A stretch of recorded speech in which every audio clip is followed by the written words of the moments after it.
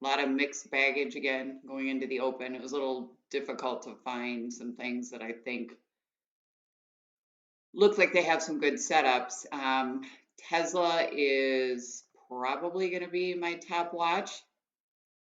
I like the volume profile setup here. Please stay right about where you are, Tesla.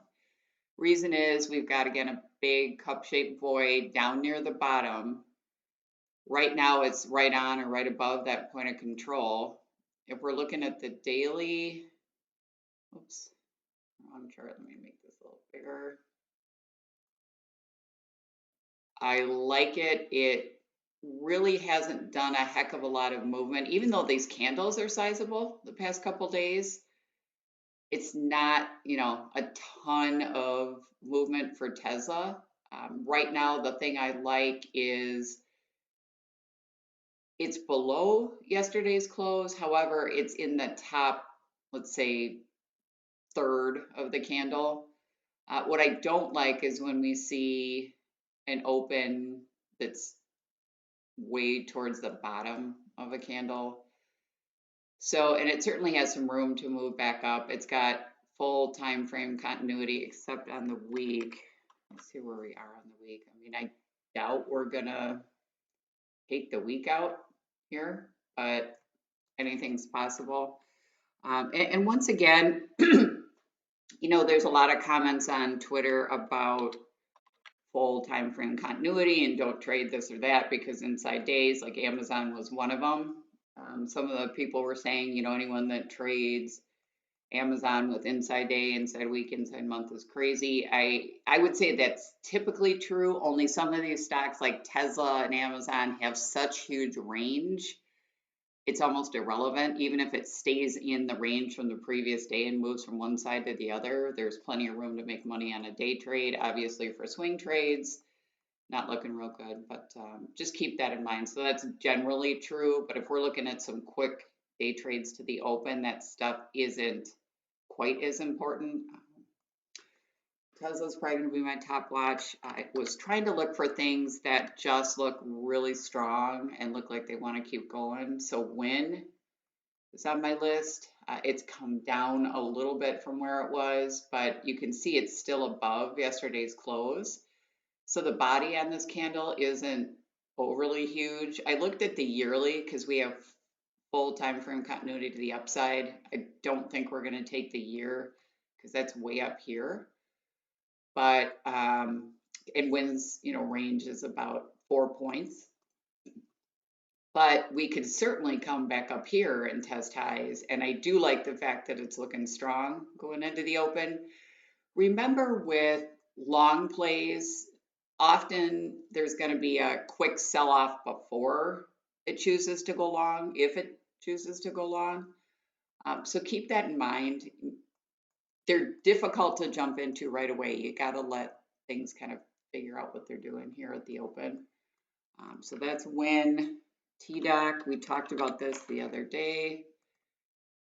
That's also looking very, very strong. So it's gapping up from the close right near yesterday's highs. Huge sign of strength. The question becomes, what's it going to do at market open? Will it hold that gap?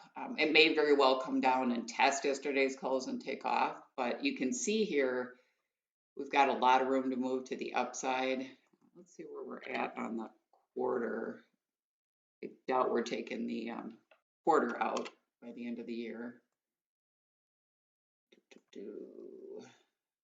Yeah, well, I don't know. TDOC's got a range of 11 to 12 points, and that's based on minimal movement the past few weeks. So the range you can see on some of these candles on the daily can be huge depending. So, but 12 points is a very decent range. So, you know what? It could take out the quarter. So I like that. Looks real strong. And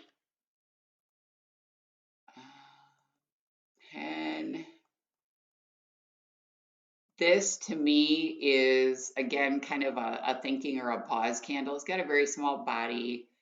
It didn't close below the previous day's close. So to me, that's just a pause. Pre-market, we're actually up the body about a third, so not too far. But if it kind of opens around here and holds that level or even holds yesterday's close, a lot of times these stocks, you see that it was so close to 100, it tested it, well, very close, right?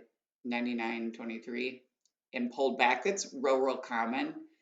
I would expect that it would go up and test at least those highs, if not push through 100. So pen for long, I like that. Again, wait, let it do its thing and set up at the open.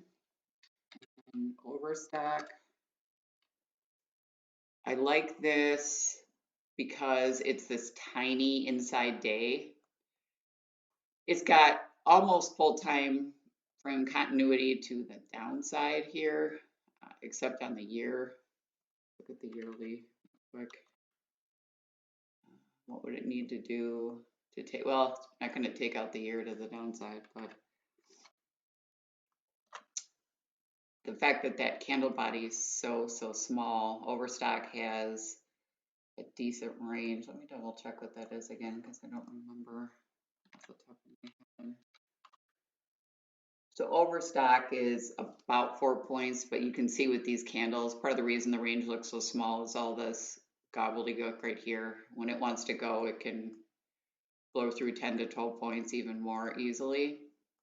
So looking at this candle right now, pre-market, it's below the lower half of that candle. I would think that it would continue to the downside. You can see right here, this is the week. That's what it needs to do to take out the week on the downside. It says that it has already, but I mismarked this. Let's look at the week real quickly. Actually, it's a little bit lower, so I'm not real sure. Oh, because it's not measuring previous week, so that's a little lower. But it's definitely possible that it could take the week out today. So I like that for a short. Again, it could do a little pop at the open, so wait and let it get set up. That's really all I've got on my list. Amazon's double inside day, inside everything else. Looks like right now it's above yesterday's close, but it's in the bottom half of that candle. And Qs are looking not overly strong here. We've got a pre-market.